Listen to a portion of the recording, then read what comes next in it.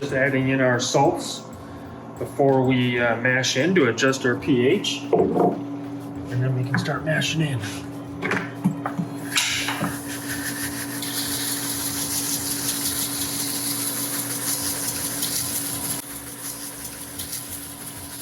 You want to get the water, if you're doing this on your own, you want to get some turbulence in the water. So when the grain hits it, it doesn't just bunch up into dough balls, but you actually get it mixing before you have the chance to stir. And if you're recirculating through the HERMS coil, you're already getting a little bit of movement so that the strike water is actually moving. But that won't be the end-all prevention of dough balls. You still got to stir a little bit. All right, so we got a pretty simple Hazy IPA recipe here today. We got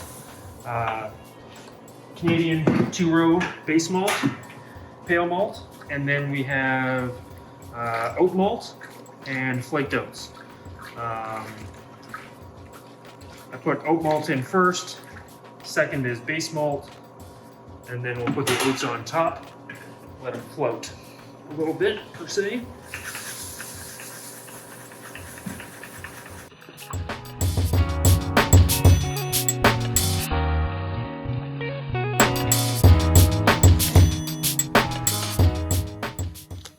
So we've got this new control panel here that we just hooked up today, and we're running a 3-vessel system.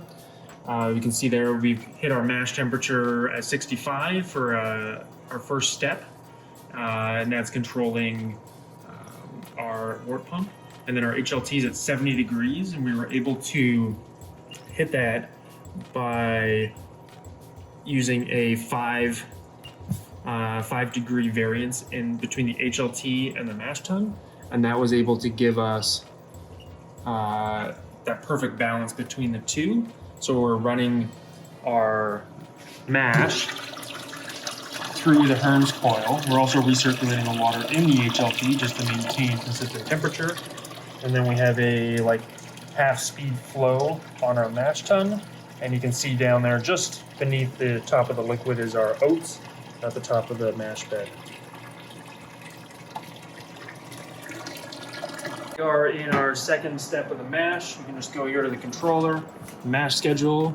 We did a heated up to a 10-minute mash out at 76 degrees Celsius. So we're just coming to the end of that. Our HLT's holding at 79 with a 3-degree variance to hold the mash tun temperature at 76. We were doing this because alpha amylase is active between 65 Celsius and 75 Celsius. And once there's the alarm going off saying that we're finished our mash step. So that's good, it's just gonna maintain the temperature. But we wanna end that enzymatic reaction with the alpha amylase. So by raising the temperature above 76, we know that we're controlling the temperature here. And then as we start running off to the kettle, we'll heat up the hot liquor tank again to 78. So we're able to sparge. So technically the hot liquor tank will be at 81 with a 3-degree variance. We'll be able to hit our 78 degree sparge temperature, and then we'll be filling the kettle. So just turning off the pumps, close up all our valves. So we just limit our mess.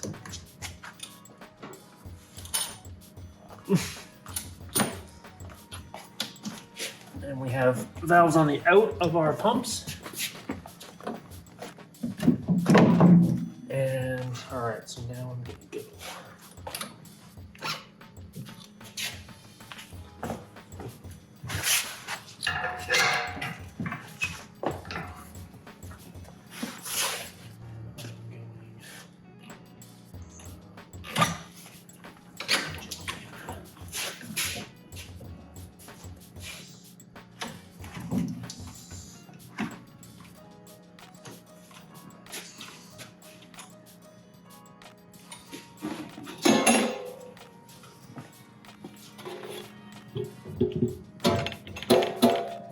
Start our water pump here just to push out the excess wort from our HERMS coil. You'll be able to see that coming through the water pretty. All right, we're gonna attach the sparge arm So here's our Sparge arm and our fitting, and we're going to remove our mash recirc connection.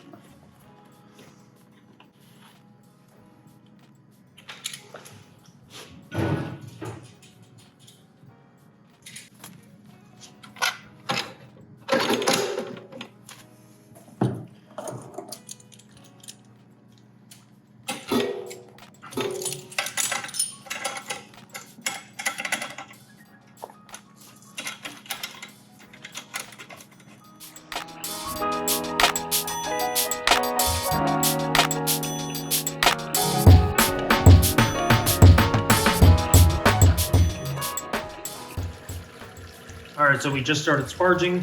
What we're really trying to maintain here is that the same flow rate that we have coming out of our Sparge arm is being gravity pushed into our kettle.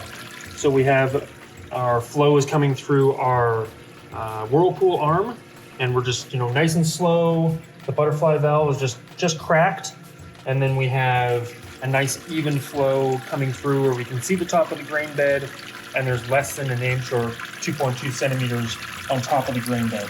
So a nice light flow, trying to maintain temperature, and at the same time increasing the temperature of the grain bed as we sparge. So we're at the end of the boil here, and got to sterilize the lines for transfer and for pitching into our fermenter.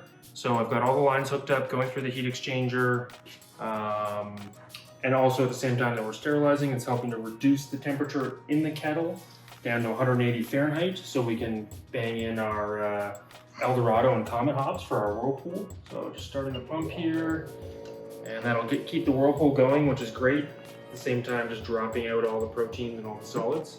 And yeah. So the big thing with Whirlpool is you just gotta spin it.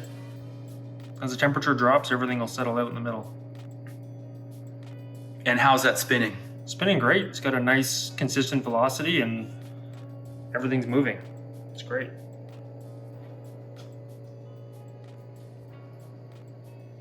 All right, so we're opening the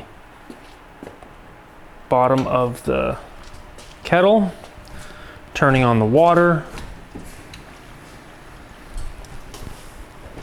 and then turning on the wort pump.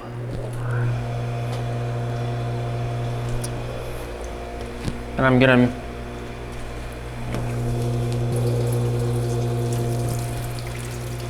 I have to limit it over here.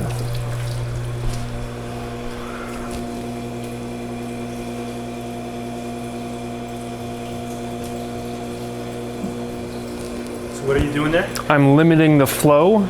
I can only limit the flow so much going into the fermenter, so I'm limiting the flow coming out of the pump as to not cavitate the pump. And then we're just going to maintain watching the temperature drop down to pitching at 18 Celsius. So we were up over 60 there when we first started. Now we're dropping 42, 41. Could take a minute or two to drop to cast out temperature. All right, we've come to the end of the brew day today, and we've got all the wort in the fermenter. This little beauty is 30 gallons, and we brewed 15 today. We put in 58 liters into it today. It's a jacketed conical fermenter, so we run cold water from the tap, and it's kind of hidden. We have a solenoid just in the back here, and that is actuated by the control panel that we had kind of reviewed a few times earlier. So on our fermentation graph here, we have the fermenter. I have it set at 18 degrees. It's currently at 17, so get it down there a little bit, so it's give it an opportunity to free rise. And yeah, it's a beautiful little thing. I really like that it's got a big 4-inch tri-clamp fitting on the top, so it's easy for me to pitch yeast out of the Erlenmeyer flask, and it's still got space for the airlock. Yeah, I'm really excited to see how this turns out.